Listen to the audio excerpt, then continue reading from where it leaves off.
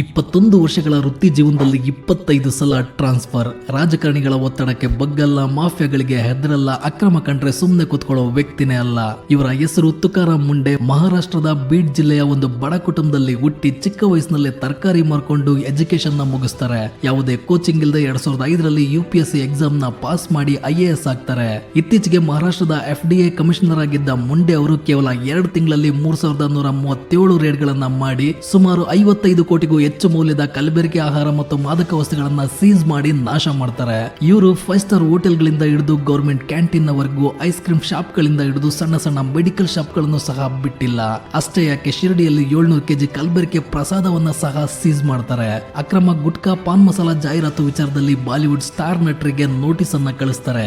ನವಿ ಮುಂಬೈನಲ್ಲಿ 100 ಅಕ್ರಮ ಕಟ್ಟಡಗಳನ್ನ ಬುಲ್ಡೋಸರ್ ತಂದು ನೆಲಸಮ ಮಾಡ್ತಾರೆ. ಸೋಲಾಪುರದಲ್ಲಿ ಸ್ಯಾಂಡ್ ಮಾಫಿಯಾಗೆ ಬ್ರೇಕ್ ಆಗ್ತಾರೆ. ನಾಗ್ಪುರದಲ್ಲಿ ಕೋವಿಡ್ ಟೈಮ್ ನಲ್ಲಿ ಕಠಿಣ ನಿಯಮಗಳನ್ನ ಜಾರಿಗೆ ತಂದು ಪರಿಸ್ಥಿತಿನ ನಿಯಂತ್ರಣಕ್ಕೆ ತರ್ತಾರೆ. ಇಷ್ಟೆಲ್ಲ ಒಳ್ಳೆ ಕೆಲಸ ಮಾಡೋ ಅಧಿಕಾರಿಗಳಿಗೆ ನಮ್ಮ ವ್ಯವಸ್ಥೆಯಲ್ಲಿ ಪ್ರಶಸ್ತಿ ಕೊಡ್ತಾರೋ ಇಲ್ವೋ ಗೊತ್ತಿಲ್ಲ, ಆದ್ರೆ ಟ್ರಾನ್ಸ್ಫರ್ ಅಂತೂ ಗ್ಯಾರಂಟಿ.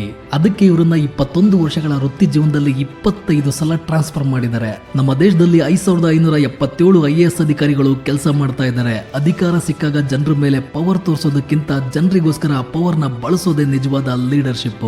ಆ ಲೀಡರ್ಶಿಪ್ ಪ್ರತಿಯೊಬ್ಬ ಅಧಿಕಾರಿಗಳಲ್ಲೂ ಬೆಳೆದ್ರೆ ನಮ್ಮ ದೇಶ ಬದಲಾಗೋದನ್ನ ಯಾರಿಂದನೂ ತಡೆಯಕ್ಕಾಗಲ್ಲ ಅನ್ನೋದು ನನ್ನ ಅಭಿಪ್ರಾಯ. ಈ ಖಡಕ್ IAS ಆಫೀಸರ್ ತುಕಾರಾಂ ಮುಂಡೆ ಅವರ ಬಗ್ಗೆ ನಿಮ್ಗೆ ಅನ್ನಿಸ್ತು ಅನ್ನೋದನ್ನ ಕೆಳಗಡೆ ಕಾಮೆಂಟ್ ಮಾಡಿ ತಿಳಿಸಿ. ಮತ್ತೆ ನೆಕ್ಸ್ಟ್ ವಿಡಿಯೋದಲ್ಲಿ ಸಿಗ್ತೀನಿ. Signing off, Chandru.